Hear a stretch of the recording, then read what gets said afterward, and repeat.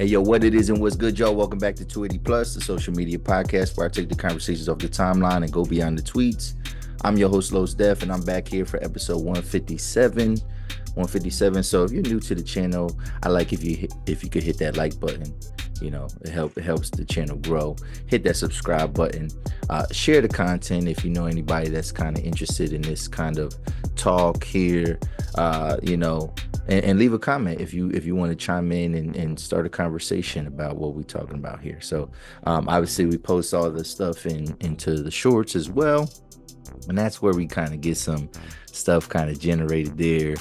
And then big on Instagram. We're also on Facebook and Twitter as well. I don't really play Snapchat too much, and I don't mess with TikTok. Just personal preference, right? So no, you don't need to know nothing deeper than that, though. Otherwise, how y'all been, man? How y'all been? Let me adjust something real quick.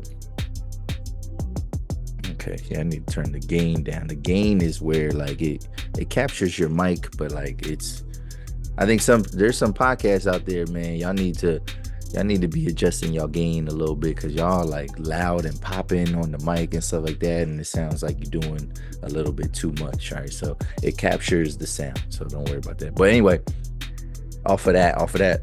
Last week, 156, right? I talked about the Tyler Perry movie.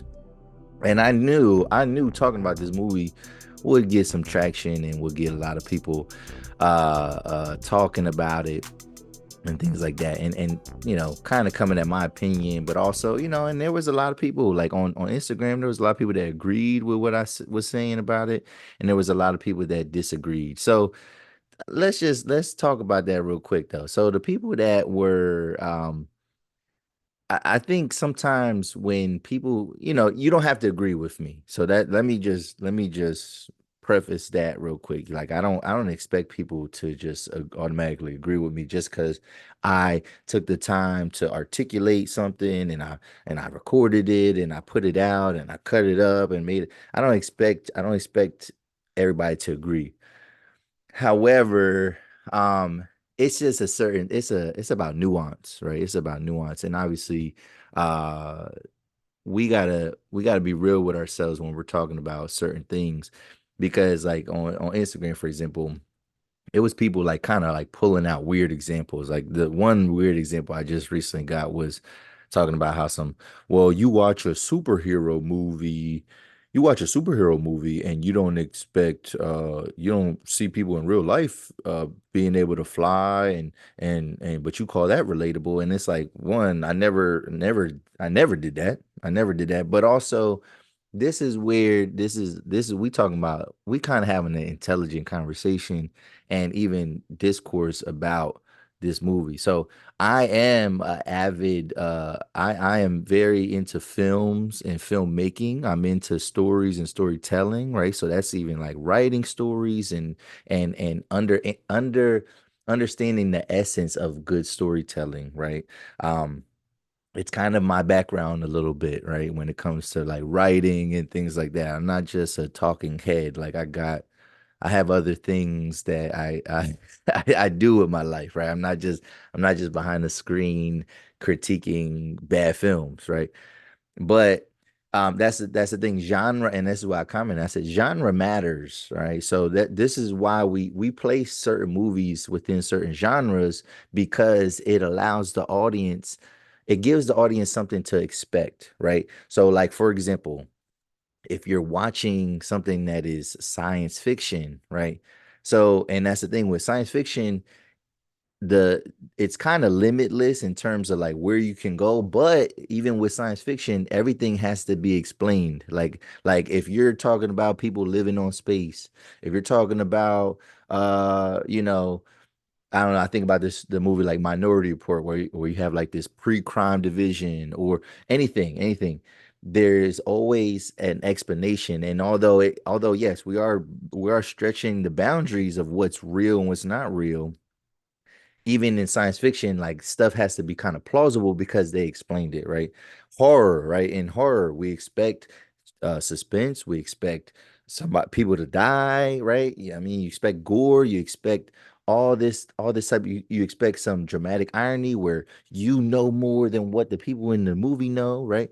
So the same thing with drama. So drama is a genre where we expect we expect to see authentic depictions of the human experience on camera, right? Through stories. Now, yes, has some of those things happened to people in real life? Sure, sure. But we're talking about the vast majority. We're not talking about the one anomaly or the outlier that we're talking about. Vast majority. So vast majority of pastors would not agree to do a service for somebody if they had strong convictions about the person who was dead. Like if they had strong judgments and were tempted to possibly say things negatively, because really that sermon was talking about that man going to hell, right? Like let's get it straight, right? And so like even though the mom was reacting the way she was and she seemed belligerent. A lot of people probably feel like she was justified because he was talking bad about her son. Now, by and large, vast majorities of pastors they're just not going to do that service, and they're not going to talk in that way. Even if a pastor disagreed with a person's lifestyle, they're not going to basically talk about how this person is going to hell. Have you been to church where a pastor was talking crazy? Yeah, sure, because there's a lot of crooked ass pastors out here. You know what I'm saying? So like, sure, but that's not the point. That's not the point. When we are making these generalizations when you critique things, right? And when you say certain things, it is a generalization, and it's like, come on now. It's like not plausible, not believable, because it's like most people one and here's the thing, it would even in the church it would get worse for that pastor. Like if I'm thinking about where I'm from, like I can see people like actually run, like yeah, the lady wanted to run up on the pastor, but I could see people actually running up on the pastor, you know what I'm saying? And yeah, sure, the pastor might have got his later on in the movie, right? Another thing people was pointing out, like, oh, people bury their family members in the dead or in the backyard. People bury their family. Sure, I didn't say that. I didn't say that that was not plausible. But like one thing that people aren't going to do is they're not you're not burying a raw body in the ground.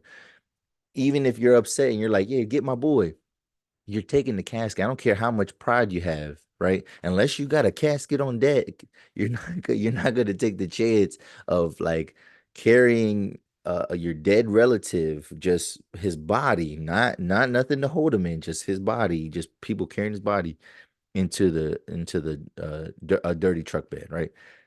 I mean, have you seen it? I doubt you've seen that. I doubt that you have seen that in the middle of a church service, funeral service, pulling a body out of the casket to go bury him at home. I 100% doubt that, or whatever. But people, again, we can mince words all we want, but what I said was true. Like, and what I said in terms of my critique is true, in terms of just like, come on, man, Tyler Perry. And I know a lot of people, even my man Dev from Group Chat Chronicles, right? He's like, come on, man, like, Tyler Perry been making the same movie for years. Like people don't care. And it's not about people not caring. Well, no, it is. It is about people. I want people to care in a certain extent, because don't we want good stories, like we want, like if a black man is going to be telling the stories of our people and these dramatizations, whatever, we still want it to be good quality. And yes, his loyal audience, they're just gonna watch what they watch. I seen him react to the critics, whatever, and he was saying like, oh, he was kind of, he was upset, you know what I mean, but he was basically saying he ignores it a lot of times, but he was also saying like, who are you to tell me what stories need to be told and things like that? So he was kind of defensive. And it's the thing is, it's our thing is this. If you want to tell the story of a battered woman and an ain't shit nigga, right? You know what I mean, and a bad husband, you've done that many times before. So can't people just go back to your old work? Like I think what we're saying is like, yo, dog, can you make something that's like inspiring? Can you make something that's like I don't know, it's in good nature. Can you just be a little bit more creative with what you make, right? And can you employ people that are, like I said, putting scripts together that are just something different than what we've already seen. Like you've made the same, like my man Dev said, he's made the same movie several times, right? But we keep people keep watching. Now I don't typically watch it. It was again, I only watched it based off of the recommendation of somebody else. It was like, yo, and I was like, nah, I don't see that. They're like, no, you got to like for real, for real, like, cause and somebody that doesn't watch too much Tyler Perry stuff, yeah, it's not like I wasn't used to seeing that. Some people were like, oh, you should be used to that, and I was like, well, I don't typically check for boys, so. But yeah, Tyler Perry said his piece, and people were like, "Oh, you wish you was in his level and this and that." Like, sure, I wish I had his money. I don't think I would. I don't think I want to do what he's doing. But either way, whatever I'm doing, if I was a creative though, I would be making things that just people again, a different type of story that people are kind of gravitating to that's just not like you can have some real depictions of what goes on in our lives, but just do it in a different way, not this like soap opera melodramatic type of way. Like, think about like Donald Glover and like, his work with Atlanta. Like that is cutting edge. Like that's beyond what we're normally used to seeing. Even something like Vince Staples show. Like I wasn't a big fan of Vince Staples show because it was like it could have been, I think it could have been I wasn't too hard on it either. I didn't critique it or anything like that because it was very experimental. I wish the stories were told a little bit deeper. I think, but in terms of what he put out there, it was different. It was different than what we've ever seen. It wasn't like I don't know. It wasn't just this recycled negative stereotypical tropes about black people, and that's why I think Tyler Perry leans in. He leans in on that. But anyway, that's all I wanted to kind of say on that because it definitely, you put stuff like that out, people gonna talk, people gonna have their opinions, and that's fine. I mean, again, I don't expect everybody to agree with me, but I want my message to be clear though. And what we're talking about here, yes, we are talking about some generalizations, but we're also talking about genre and genre matters and how like, we don't certain things do need to be, yes, it's fiction, but like you're doing it for a reason. You're not doing it because you're not, it's not a fantasy story, you know what I'm saying? It's not fantasy fiction, it's dramatic fiction. So it should be kind of like, some stuff that pulls at your heartstrings and things like that. So that's that on that. All right. So today, man, I got my coffee, which is almost done. We're gonna talk about some of, and we're a little bit late in the week on this, and that's okay. This probably will come out Saturday morning at the late Saturday morning. Like let's shoot for Saturday. And but anyway, we're gonna talk about two major topics that has the culture talking, and then we're gonna get into some reactions and then a little review of an album, a new album by one of my favorite artists that just dropped recently. All right, so obviously, hold on one second.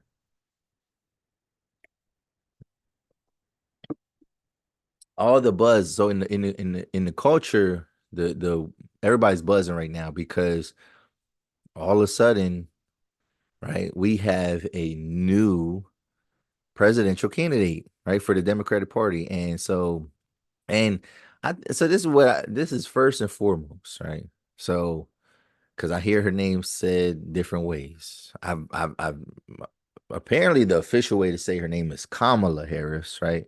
But then obviously, like we see that name, black people, we see the name, we think Kamala Harris, right? So, so Vice President Harris, right, is now the new, well, it's not official yet because it has to go to the DNC. But she right now is because Joe Biden has dropped out of the race. Joe Biden out of nowhere kind of dropped out of the race. And it was to be expected. One, it was suggested for a long time. This has been suggested. Like this is where it is kind of weird. Like some of the narratives because people have been suggesting that Joe Biden maybe think about stepping aside, stepping out of race long before like he had a bad debate. Like I'm thinking about even last year, over last year, and where his health has been. It seemed to have been deteriorating and where his speech is like really slurred and he seems like he's very confused. There's been a lot of people that have been saying like, "Oh, maybe he needs to like step aside," right? You know, because and it's not normal. It's not normal to do that. Like when you have a current president, the natural progression is for the incumbent president to just run for reelection. And a lot of times it's tough on a political party when you have somebody in office and then you're trying to endorse a whole new person because you naturally have a better bet of winning a reelection as opposed to stepping down and then your party's still winning. Like you have less of a chance because there's like money involved in that. Oh, snap! I turned my ringer on. There's money involved in that. There's a lot of different things. So, but people have been suggesting that Joe Biden has should drop out. So it's been a wild couple weeks, right? You know, you had the Trump shooting, you had the bad presidential debate, you had the Trump shooting, and then a lot of people just like the Democratic Party, like really, really kind of coming down on Joe and just like feeling like, oh, you ain't gonna win, bro. You about to get rolled over. And so he dropped out. And now the weird part is that like even Republicans were saying like and people that like are right leaning, they saying like, oh, he should drop out. But now that he's dropped out, I've seen a couple people saying like, no, this ain't fair. Like you should make him like finish the race now, or oh, it's too late. But y'all was just suggesting that he should drop out, that he should just give up. Now, granted, I think what a lot of people fail to realize is that like well there still has to be a nominee. It ain't like you don't just run unopposed, right? And that's why I think people assume like maybe people assume that like all right, if he drops out that means that he's running unopposed. No, there's still got to be a race. And Kamala Harris has been elevated and she I mean she's been elevated and she's getting endorsements right now. She's getting a lot of endorsements. And in a very short amount of time, she's raising a lot of money, right? Now, there's a couple nuances to talk about in terms of the money.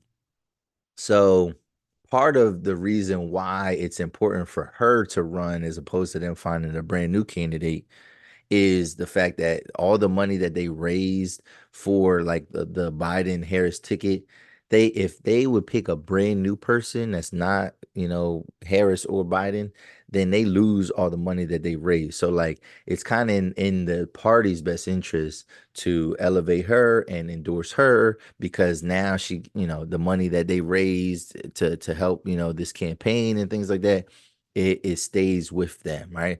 But then she's doing her thing, and there's a lot of so one thing that this has done now, this is kind of put some energy into this presidential race, right? Whether you believe Kamala has a chance to win, whether you think she's a good candidate or not, it has put a jolt of energy into this process now because and obviously there are people that supported her. Remember, she did run for president as well. She was running as the Democratic nominee. Um, when Joe Biden was running, and she kind of dropped. It was weird because I felt like she dropped out a little earlier than what she should have. I think she should have went kind of to the finish line, but that's the thing with politics. It's really a house of cards, and I keep saying that, but like it really is a house of cards where like you got to understand there's a lot of like prep, like they prep and groom people to be in certain positions, right? And like you get a lot of people on your side, right? Especially in your party. You got to get there's a lot of handshakes that go on and it's a lot of people that you're trying to get onto your side because when it comes to voting for certain legislation, you got to know that certain people have your back.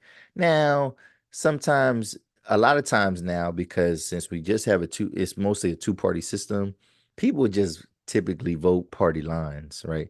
But there is occasionally there are people, there are whether they are Democrat or Republican, they work across the aisle and they be like, no, I don't agree with this vote, this law that we're, even though it's my party is passing it, trying to pass it, I'm gonna go and go the other way, right? But that hurts, that politically that hurts you because they use it against you. Like they use it against you when you file for re-election and things like run for re-election, that people use it against you and they look at your voting, they look at you as, especially if you're in the legislative branch, they look at how you voted and they say, that doesn't align with our party or how we normally think, and they hold you accountable for that.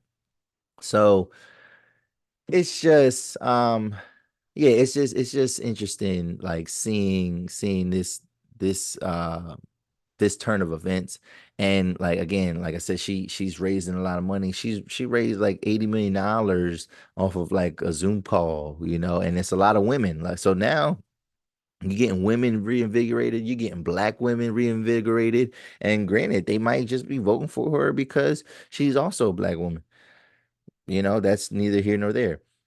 Um, but it is interesting. It's interesting. And I ain't gonna hold you. As unlikely as it seems, because I think we look at society and we look at how black women are treated in general, and a lot of us are feeling like, there's no way. There's no way that they would vote a black woman into the presidency. We didn't feel that way again with Obama because Obama was really prepped up to be the president, like prior to his actual first run in '08, like in '04, like his campaign kind of started in '04. Like he was this like hot shot senator, like everybody wanted like, because he was a senator of Illinois at the time. And a lot of people just had a lot of interest, and he was saying the right things and things like that. Now Kamala, she has experience. Like and this is not she's not like it's not like she just was the vice president. Like she was the attorney general of California. She was a US senator for California. So she's been in politics for a while. So it's not like she doesn't have the experience. So she is qualified, right? Not She's not just a VP. She wasn't just, a celebrity or something like that, business person like Donald Trump.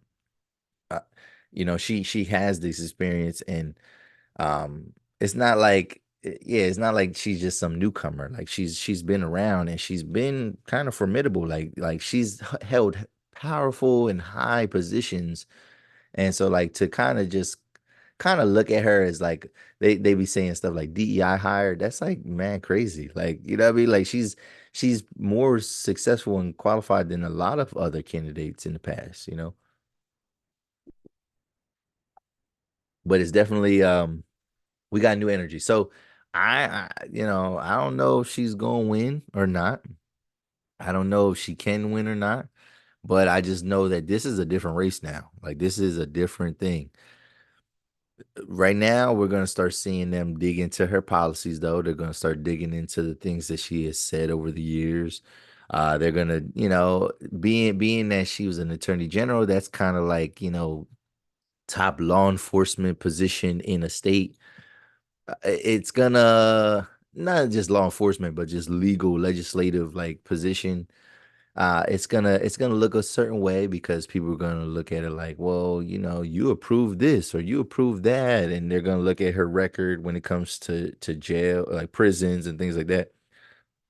The one thing I would say though is that might hurt her in like, the black community, but like depending on what her record actually is when it comes to like crime and topics like that, I mean, it actually helps her for like white people, like white voters and things like that. So like especially people that are all into like, law enforcement and pro law enforcement and things like that. Like she might be somewhat of an ally to some people. So we'll kind of see where that goes. I'm trying to think what else did I have to say about that. Yeah, we already talked about the Republican reaction. One thing that's happened though too is just also digging into Kamala. We're about to start hearing a lot of wild stories about her. There's one story that's circulating right now that talks about like how she rose to power, and it's kind of getting into her personal life, into like men that she has dated and dealt with, and there's a man that maybe has funded her or sponsored her over the years, and he was a married man. I don't want to get into that because I don't, in terms of the facts and whatnot. But people are, this is where the mudslinging happens, and they're gonna start digging into your personal life. And certain people, even like Cardi B, make a good point. It's like, why does the person that you smashing, like, why does that matter? Because we don't, you know, it didn't matter for Donald Trump, even when we know that he be buying pussy. You know what I'm saying? Like, it didn't hurt him. So what does it matter? So we'll get into that. But the one thing that I've seen is that they're trying to schedule a debate, right? So there was supposed to be a debate maybe in September between them, and Kamala Harris is game, right? But then the Trump administration, they're like they're saying like, no, we don't want to do it because they haven't officially named Kamala Harris as the nominee. So like, we're not gonna just debate her because they might find the Democratic Party might find somebody else. And it does sound like Donald is afraid of that smoke. So this is what I'll say though. This is where it gets interesting, is that Kamala Harris will probably smoke Donald Trump in a debate. Like, if we keeping it a buck, like if we keeping it a buck, she would probably smoke him in a debate. Um, just one, you know what I mean? Like, I think it's hard. One, it's hard to argue with a black woman. You know what I'm saying? Black women know how to argue, right? But she's very intelligent, very well spoken, and I think she's gonna press some buttons, and we're gonna. The thing is, the reason why I think why she could smoke him in the debate, I think she probably has probably more well thought out points, contrary to her counterpart, Joe Biden, who is just, again, he's just not with it. He don't know what the hell he's saying. He probably don't know what he ate for breakfast today. So one, you're just gonna get a more sharp and coherent person able to kind of fire back at him. But also, what's gonna be interesting is Donald Trump is gonna have to tread lightly, because you know how the way he talked about Hillary Clinton, right? The way he talks about Joe Biden, and like the stuff that he says about, Joe, crooked Joe, and he like calls him names. It's like, he gonna have to be careful. He gonna have to tread lightly, like saying certain things about Kamala Harris, right? And he's gonna have to stick to actual facts and main points that he's trying to make, which I don't know if he knows how to do that. He knows how to talk shit, right? So since that's all he really knows how to do, he's gonna have to tread lightly, because if he might start saying some things that like show some racism, right? Show his prejudice. I mean, show his chauvinism and sexism and things like that. And now, granted, there might be a lot of people that agree with him, because I think in general, I don't know if our country is ready for a woman to lead. It would be unprecedented if it was a black woman that was leading our nation, but we might still be a long ways away from a woman leading. But again, in certain settings, like, again, we talking about like a debate. I don't know. I don't think Donald Trump is safe in a debate with Kamala Harris, and he would have to definitely tread lightly. And so I think they would have to get their ducks in a row. But I don't know if he really wants that smoke. I don't know who's gonna win, because I really felt like this is what I said in real life. I said, that shooting that happened to Trump, that won him the election. And especially with Joe Biden, going against Joe Biden, like, it was a slam dunk. Like, he won. That's probably why they're talking like, oh, this is not right, this is not fair. Because he's been prepared for 4 years. He's been preparing 4 years to go against Biden. Now he's going against a different opponent. That doesn't mean that automatically she's gonna win, but again, it's just a different race, and we gonna see. So we'll give y'all updates as we learn more and as more things come out. Whether it's like the inside stories, background information, more is gonna come out. So stay tuned, and we'll cover it as it goes.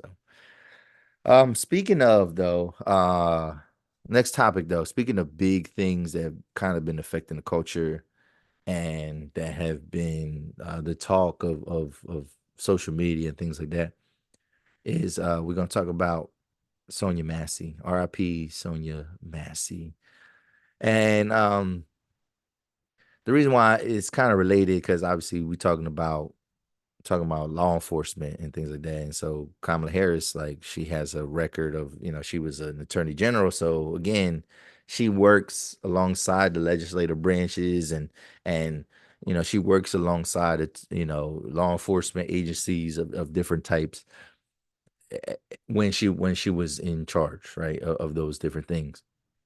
Now, so the Sonya Massey thing, man, it's crazy. So if and I don't want to, because the information's out there, but basically, just a rundown. We have Sonya Massey was a woman who called the police because she was worried about a prowler or somebody like lurking around, maybe an intruder of her household. So she's the one who called the police.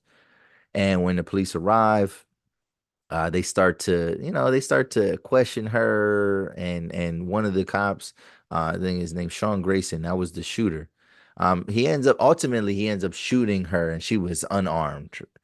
They go into her house and they're kind of asking her questions and they asked her to attend to this pot because she had a pot of boiling water on the stove. She's making dinner and they tell her to attend to the pot.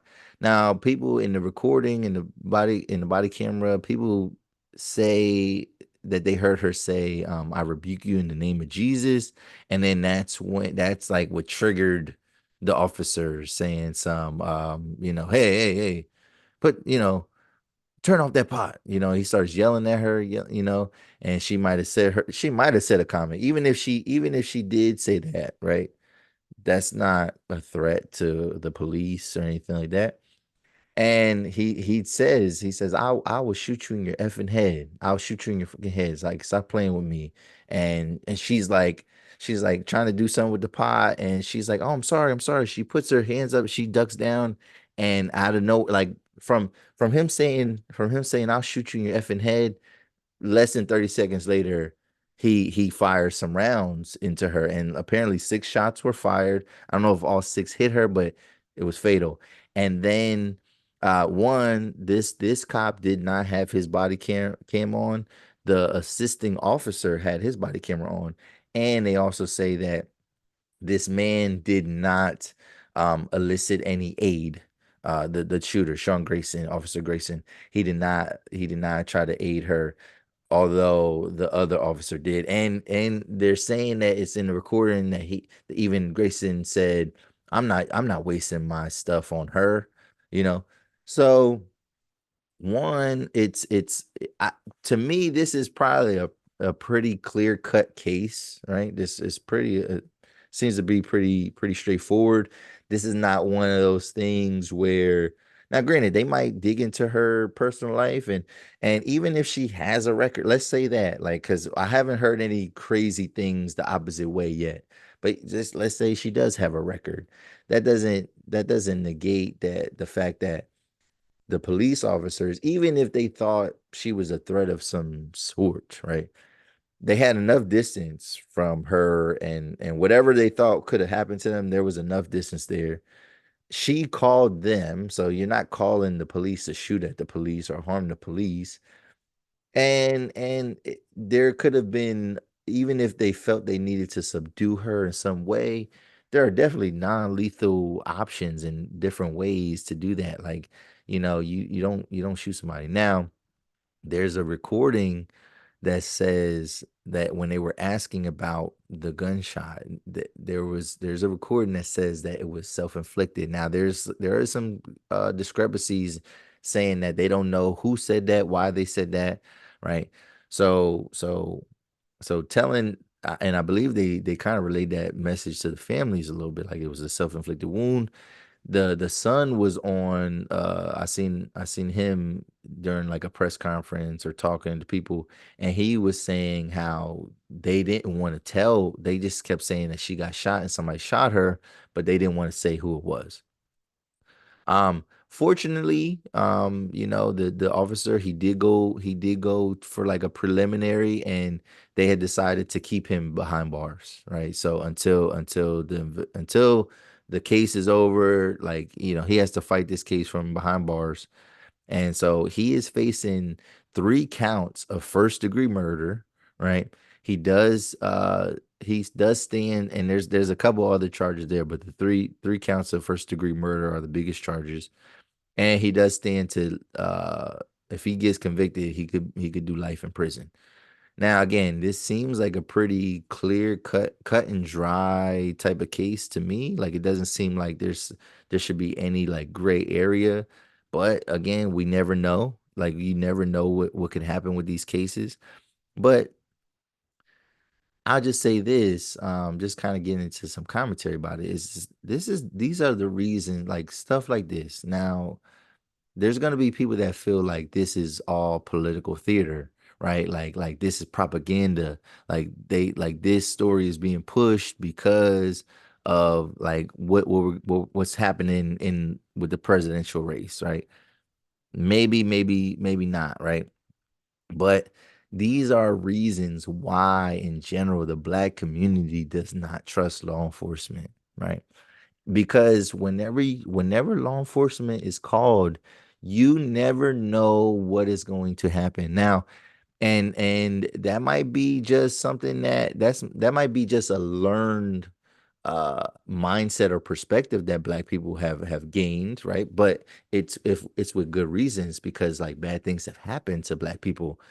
uh but it's there's just a general distrust for law enforcement because you never know what is going to happen. Like, you never know if the police officers are going to be aggressive, if they are, if they have certain personal biases. You don't know if they're going to be willing to listen. You don't know what experience they have dealing with different cultures and ethnicities and perspectives. Like, you just don't know. You don't it's a crapshoot. um there are law enforcement agents, there are officers and there are people in law enforcement that do good things. Like, I would say, like, detectives are important. Like, detectives, especially when they solve murders and things like that, like those are people that are like saving the world. Your everyday beat cop, though, it's like you just don't know. I've never had any I've never had any major incidents with police officers, right? Like, I feel like most police officers that I've encountered have been respectful, but like it might be because of how I talk to police officers. Because I'd be shook. Like, I'd be a cop, man. Cops, they, what I mean? I'd be shook because you just never know. You never know how things are going to be misconstrued. You feel like you can't make any like, quick movements. You know what I mean? Because especially if you get pulled over, that's the worst feeling. Them flashing lights behind you, and it's embarrassing. You got people looking at you, like seeing that you're pulled over, and you're just like wondering, like, oh, what's gonna happen? What's gonna happen? Nowadays, yeah, like you're afraid to reach for things because police officers see everything as a threat, and that's the thing though with some of this like propaganda and whatever that you're saying. That stuff goes both ways because we don't black people, we don't feel safe with police often. And that doesn't mean that we should abolish police officers, because obviously there needs to be some type of law and order when people are doing bad things, because people like Candace Owens will be like, oh, see, that they just want to get rid of police, but police are doing this, police are doing that.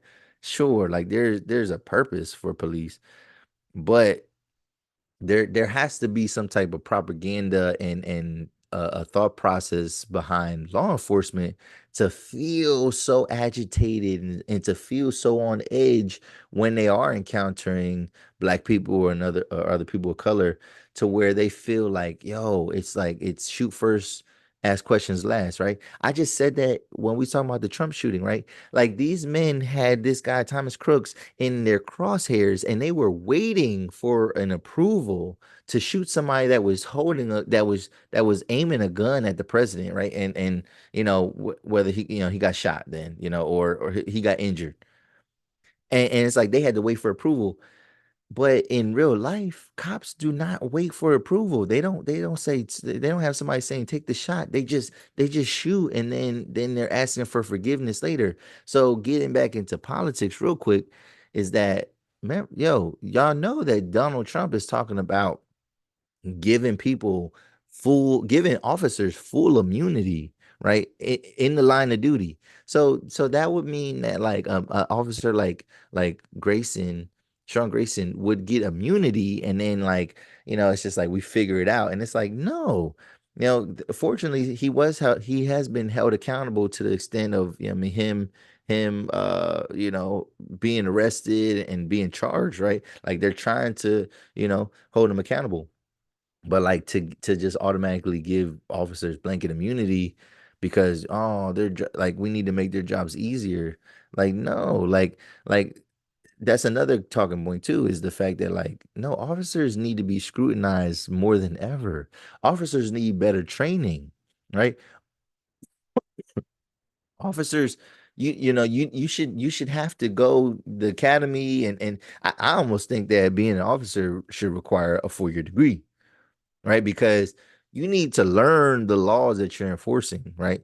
That like I've seen lawyers come out and say like, "Hey, I have to like study for like 8 years to fight these laws," but then these officers, they're in an academy for 6 months and they're trying to enforce these laws. Like officers in general don't know the law. They don't know the law. There's no way for them to know the law because you're literally pulling people off the streets to be cops, right? Like pulling them off the streets.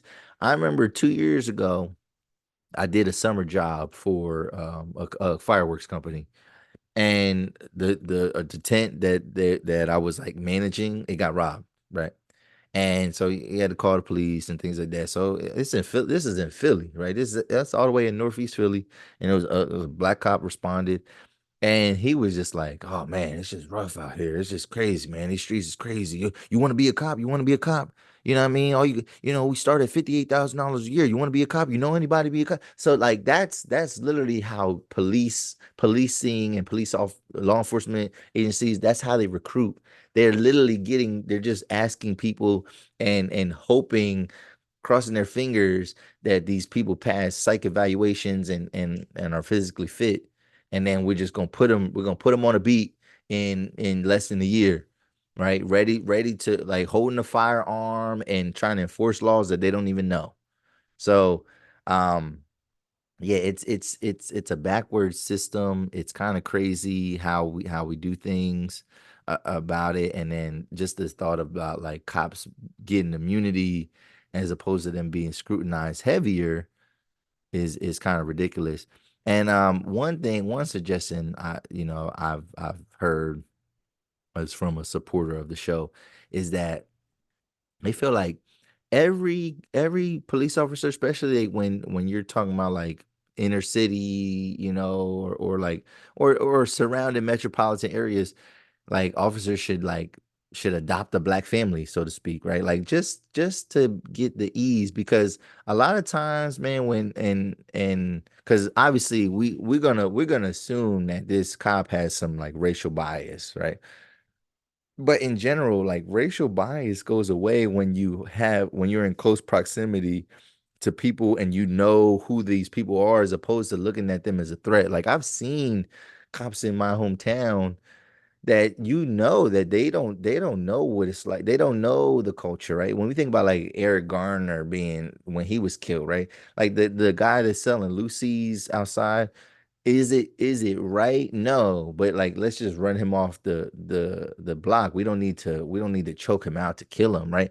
But like that's the culture, right? Like or just being in neighborhoods, right? Because there might be somebody that's like mentally unstable, and but like the people in the neighborhood, they ignore that person, or they like, oh, that's that person, like let's watch out for him. But like, if you don't know that, if you don't know the communities that you're policing, then you look at everybody as a threat, and it's not good. So like, maybe there should be some type of like adopt a black family or adopt a family, and it's people of color, that these officers are just kind of getting close to and getting accustomed to be around, so they're not so skittish and scared and worried. So I don't know. I just think it's a wild thing. I mean, hopefully, her family Sonya Massey's family gets justice. And like I said, this looks like a very clear cut solution and case, but we've seen crazier things. We've seen crazier things. So we'll keep you updated if anything wild happens with that. But like, yeah, let's rest in peace again to Sonya Massey, and then condolences to her family for sure. For sure. All right, man. Let's switch it up, and then we're gonna wrap it up pretty soon though. We're gonna wrap it up pretty soon. So my boy, one of my favorite artists, just dropped a new album, Blxst. Blxst dropped a new album, and the album is titled, oh no, hold on. Okay. So I got a new phone, y'all. Yeah, I still got an Android, right? I still got an Android phone. No, yeah, no, I still got one. It's a Samsung Galaxy S24 Ultra. So yes, I am a Samsung boy.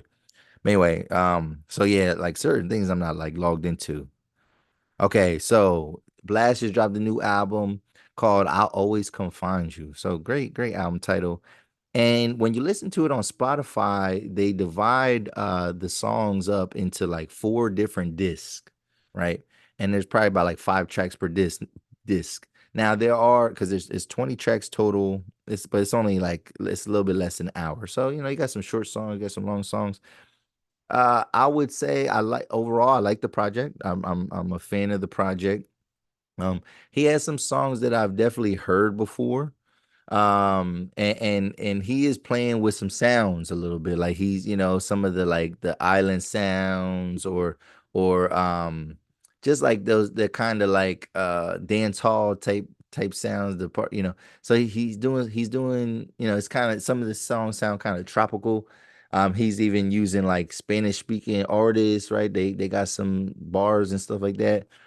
So the songs that people might have been familiar with are the one called Risk Taker with Offset, and then there's this one called, where's it? Oh, it's called Rewind with Feed and Becky G. So that's the one that has like a Spanish speaking artist on there, and they're speaking Spanish on it, and it's cool. It's a cool little vibe. I like, so in terms of tracks that I gravitate towards when I listen to this, um Paper Route, that's the first track, right? It's a joint with 2 Chains. That's pretty cool. Want You to Know, right? So that's a must listen. Reason, that's a slower song, but like that's a good song right there. How Many? How Many? Yeah, that's a good one. The one with Too Many Friday Nights, I don't have that checked off here, but like that's a like a club, that's like a dancing song, club song with Fat Man Scoop. Let's see. Dance with the Devil featuring Anderson Paak. That's a banger. That's a banger. I Had To. I Had To is probably my favorite song on the album, and like just the way the beat changes, like that's a twerker right there. Like you could, I mean, a girl could definitely bust it wide open and shake it up for that song. So that's a dope one. Better Off Friends is a really good song. Bad Idea. Bad Idea is a banger. Bad Idea. It's a short song, whatever, but that's a banger. Yeah, Better Off Friends featuring Joyce Rice.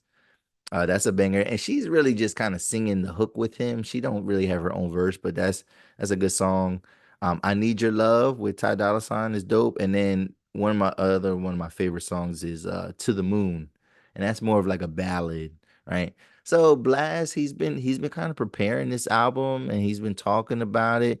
I didn't exactly know when it was gonna come out. And I thought like maybe when I did see the date, I thought like I thought it was just gonna be like a mixtape. I didn't think it was gonna be like a full album. So happy that he dropped something. Definitely gives you an infusion of some R&B during this summer season. So perfect. It is perfect to drop this album when he dropped it. I can't wait till he goes on tour. I can't wait till he goes on tour because I gotta see him again. The first concert that I seen him was in 2022, and he performed his album at the time, and then his mixtape that he was popular for. So because I don't think he ever like toured that. He never went on tour with that. And this man really sounds like the tracks. And like I went to a Chris Brown concert too. I would say like R&B concerts are the vibe, man. They are the vibe, man. Like everybody, oh snap, that's better off friends. But no, like they are the vibe, man. Like singing at the top of your lungs, these heartfelt lyrics and so like that feels so good. It's like good for the soul. Like I love getting hype and rapping songs, but like the energy, it's different at a R&B concert, man. So definitely gotta spin the block, man, and see him whenever that tour drops. All right, I'll be there. So all right, moving on. This is gonna be the last thing. We're gonna react to something. Oh, real quick, before we react to something else. Um, this is just about we talking about the presidential race, right? Real quick. And I just got a message for y'all, man. This is one of my favorite creators, content creators right now. And he's just dope, man. This guy, he's funny and he's just real, man. His perspective is just be real as hell. So we're gonna do that. We're gonna optimize for a clip. All right, so he's talking about this is just kind of reaction to how people be talking about voting and things like that. So well, and I'm not telling you who to vote for. I'm not suggesting who you should vote for. I'm not leaning you one way or other, but just this is just reaction to people that talk about like, oh, I don't vote. So this is my man right here. What's his name is Dangerfield Media, but like he's funny. Going around telling people that voting don't matter when your car registration been out since 2021. You don't even know the three branches of government, but every morning you texting Grand Rising Queen to like 5 different women. You won't even get a job working for Uber because you said you don't like working for white people. But you dislike the voting system? You barely graduated from Yates High School. You bought a book from Amazon about African American oppression.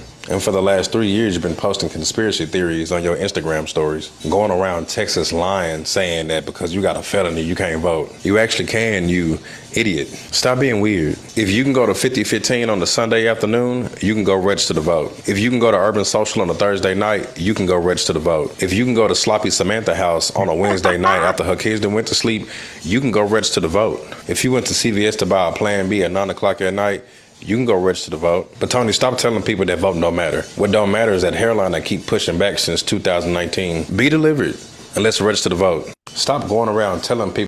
Yeah, man. So I I agree with that message. Now I understand people feeling like don't matter who you because one thing is this is like I think when people tell people to vote, especially like telling black people to vote, it's like that's not an automatic endorsement for the Democratic Party, right?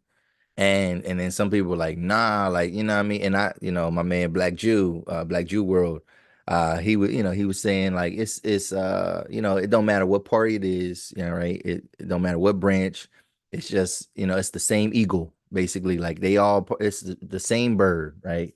Y'all, we fighting for freedom and rights and things like that. But like no matter if you vote Democratic or Republican, it's the same thing, same entity, which that's true. That is true. Like not one is not necessarily better than the other.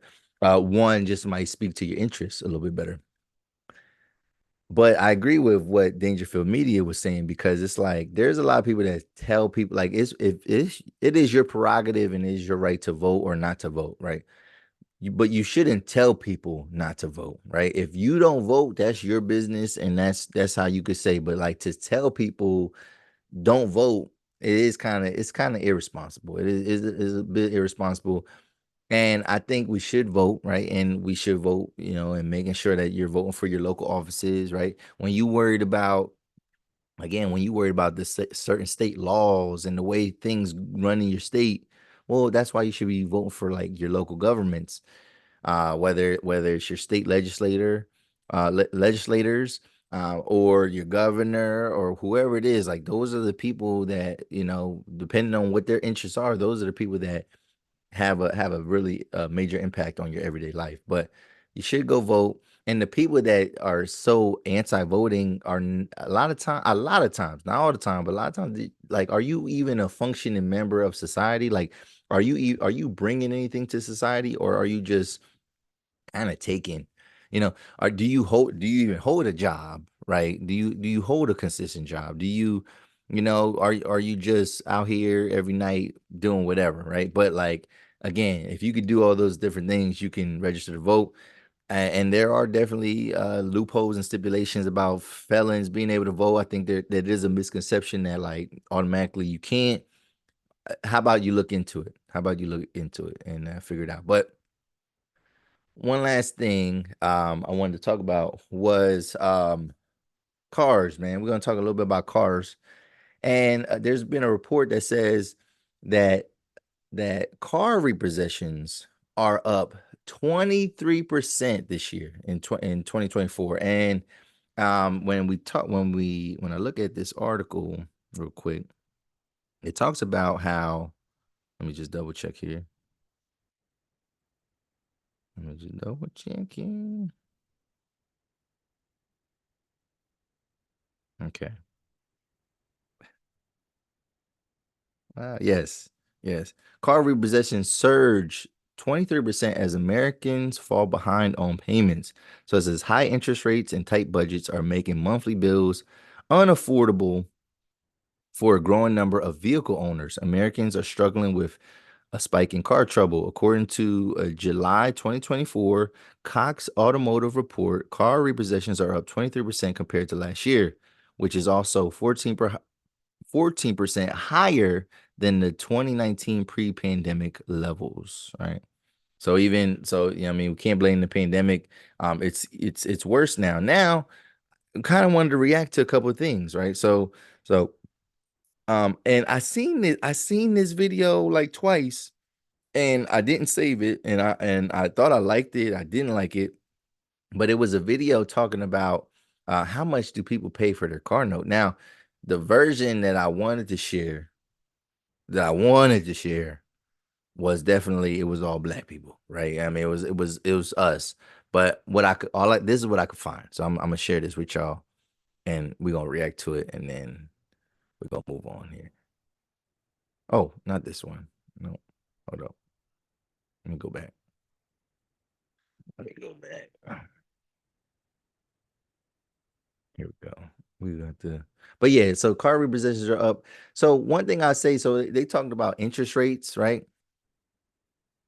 They talk about interest rates, and yes, interest rates are higher than they should be. So like, I just got a car. I got a 2021, right? And my interest rate, so I was just thinking like, oh, like, so again, another reason to vote. So I was thinking that because my credit is better. Because I last car that I got that I had payments on was 7 years prior to this, right? So 7 years ago, I got a car, and I remember that my interest rate was like 4%. Now the car that I had before that, my interest rate was like 8%. So I figured, oh, okay, as long as my credit is good, as long as like I'm in good standing, I got good finances in terms of like income, like, like my interest rate should be, pretty low. They're like 7%. So then I was thinking like, why is it so high? Like, what did I do wrong? And then speaking to my mom, but also speaking to the people at the dealership, they're like, no, like interest rates, that's like whenever interest rates are high, that's not like in general, like especially when they talk about averages, that means that like, no, the country interest rate is high. And a lot of that stuff has to do with like the Federal Reserve, but also like just certain things that have been legislated, because there is legislation out there that could be made that limits, rates and things like that. But so another reason why it's important to vote. However, yeah, like there, it's about the economy. Whatever however the economy is doing, and when they decide to raise or like auto rates or auto loan rates in terms of interest, like that stuff is controlled. Like that's not even just based off of like it is partly based on your good credit standing, but like that's the low. The low is like 7% right now. Like great credit standing you're getting like a 7% rate. The best offers I seen was like 6.99, right? Like and I might have got like a 6.8, 6.9. But that's the rate. That's the rate. So yes, like right now is actually like and again, and they told me when I bought my car, they said, "Oh, well, good thing you ain't buy a car during the pandemic because the rates nationally, the average rates were like 13%." And I said, "What?" So buying a car, I'm learning this now. It's also about buying a car at the right time, like at the right time, and you have to be looking at those like knowing your credit matters, right? Knowing how good you are, how good your credit is really does matter, but like understanding like how these rates like ebb and flow and things like that and like what the economy is doing in the current moment, that's also important as well. Like my credit score was really good, like it was really like it was in the excellent range, I'll just say that. And I was still like, damn, how the fuck but yeah, it's an economy thing. Speaking of high car notes, right? Speaking of high car notes, I just wanted to share this video, and so this might be why people are falling behind a little bit. So let's take a look at this video here. What's your payment and what do you So this is they're just kind of going along, um, asking people what they pay on a car, but also what they drive, right? So again, I had a version for the culture, but this is also still ridiculous to me. So here we go. drive? 2022 Silverado High Country 969. Hey, what's your car payment and what do you drive? I drive a Trailblazer Active and I pay $400 a month. What's your payment and what do you drive? Ford Focus, $0. What's your car payment and what do you drive? $2,000 a month. I drive Chevys, of course. Car payment and what do you drive? $415 a month on a Chevrolet Blazer. What's your car payment and what do you drive? Actually, I have two cars that I have currently paid off, and my new vehicle is a 2024 Chevy Silverado RST 3.0 diesel, and it's $935 a month. What's your car payment and what do you drive? I drive a Chevrolet HHR and my car payment is $0. What's your car payment and what do you drive? $650 and a Chevy Colorado. What's your car payment and what do you drive? $400 and a Chevy Trax. What's your car payment and what do you drive? $0 and a 2024 Duramax. What's your payment? All right, so you hear some of those payments like 2,000 a month, 900 a month, even 600 a month. Now, granted, what you feel is comfortable for you and your budget, that's your business, right? So like everybody got a different budget. However, I think about our community in particular, right? Because I mean, if you pay, these are people that work at dealerships, right? They're working in a dealership, and so like they're paying certain money, but it might just make sense for them, right? To that 2,000 a month, like maybe that's his car and his wife's car and his kids' cars, right? Because I know some fathers that got some bread that got multiple kids and they pay all of their notes, right? So like 2,000, maybe that's like it's a collection, right? Because I don't even know if he said a one specific car. He's like 2,000 a month. But anyway, 900 a month, 600 a month, like yeah, that's your business, whatever you feel is appropriate for you. But there is like a rule of thumb though in terms of how much you should be paying for a car. And I believe that percentage is supposed to be like no more than like 8% of your income, right? And I'm assuming that's like they probably go by gross income, but I feel like that got to be based off of your net income. Like it shouldn't be more than a certain percentage of that. So like when I think about my car payment is like 313, right? And I put like $5,000 down, 313. I won't tell you like how long the term is, whatever, but I feel like that's reasonable. I feel like that's reasonable. Like maybe getting into and I drive a 21, right? A 21. maybe getting into the 400 might be max. And this is just people talking about the car payment. This has nothing to do with insurance, right? So, and sometimes people lump that together, like, oh, I pay this and this for my car. But like people that are paying 2,000 a month, right? If you're paying or even 900 a month, right? 1,200 a month. Some people pay like that is rent or more. You know what I mean? Like now, granted, you can't get nothing for 900 no more. But like again, that price, that's what that's close enough to rent, right? So like your stuff shouldn't be your price of what you pay for a car should not be as much as rent or like comparable to your rent, right? It shouldn't be feeling like you paying two rents out here. But I know some people have bad credit. They have maybe they have just bad loan history, stuff like that. And I know sometimes you got to get what you can get, but I think sometimes we need to like, are we trying to keep up with the Joneses, so to speak? Are we living within our means? And again, car repossessions are up for a reason. So imagine though this happened to you. This one last thing we're gonna say. But it looks like this is what you're susceptible to if you don't pay that car note though. You're susceptible to running into this guy right here. And imagine running into this guy right here. You thought stuff was sweet. You thought stuff was sweet. And then this guy pulls up on you. Here we go.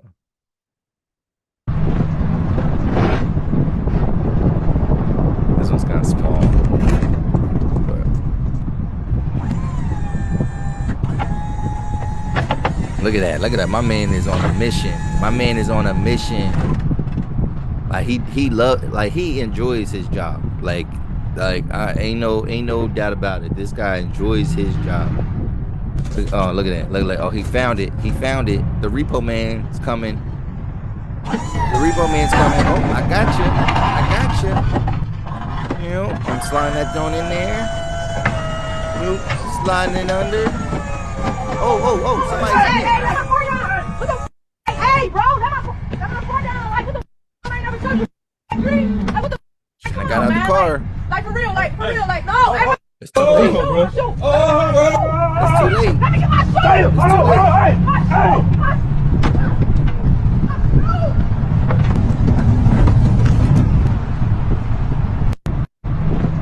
Too late. Got y'all. So yeah, so be careful, y'all. Right? There's repo man. I mean, if you ain't making your car payments, right? We got repo man out there like that's skilled, and especially you thinking shit is sweet, and you thinking that I'm gonna back into my parking space so I don't see my plate. Nah, we know the car. They know the car, man. They know the car. So man, make sure you living within your means. Don't get your car repoed. Make sure you register to vote, no matter who you vote for. I don't care who you vote for. Just make sure you get out there and get involved. What do you think, man? Rest in peace to Sonya Massey. That kind of story just really like it just puts a sour taste in your mouth, man, because it's like it's just no reason, like there's no justification for something like that. I just can't get my head around it. So but what y'all think, man, about this week, man? What y'all think, man? If y'all still watching, I need y'all to hit the like button, hit the subscribe button, tune in to us next week as we got more talk about the culture and just things that's shaking up social media right now, man. But this is your boy Blxst Def, and this is episode 157 of the 280 Plus podcast, y'all. I'm out. Peace.